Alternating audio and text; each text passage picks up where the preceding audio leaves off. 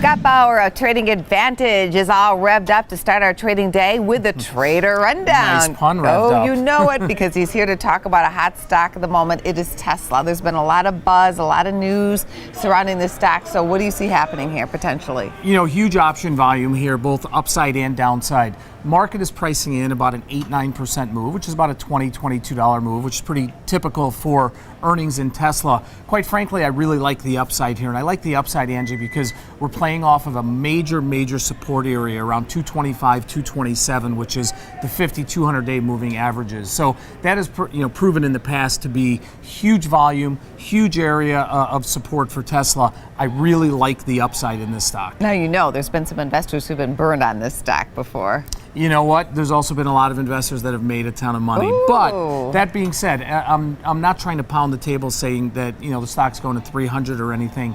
But I think the big thing that we're going to see coming out of here is, yes, they're not going to be able to meet the demand that they've already seen for the new $30,000 car, but they are going to ramp up their production, and they are going to see increased production over what they've done with the X model, and I think that's what everyone's looking for. Yeah. So I really like the upside. Lower price tag on a car would help it sell. Yes. So what do you think about the overall market? Because we are getting closer to the jobs number, and of course a lot of people are watching the yen right now. So what do you think about the market? I think we've seen a little bit of an overreaction, quite frankly, to the dollar fall against the yen and the strength of the yen. And I think as we see the dollar start to stabilize a little bit, people take a step back and say, you know what, this isn't so bad here.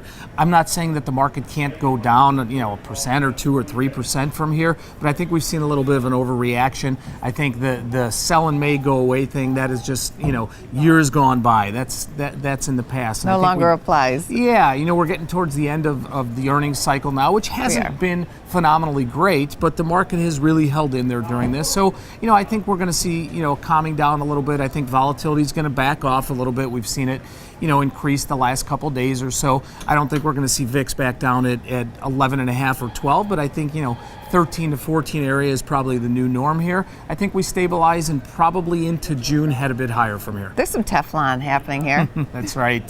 Thank you, Scott, for today. Yes. Thanks so much for coming on the show, Scott. Absolutely.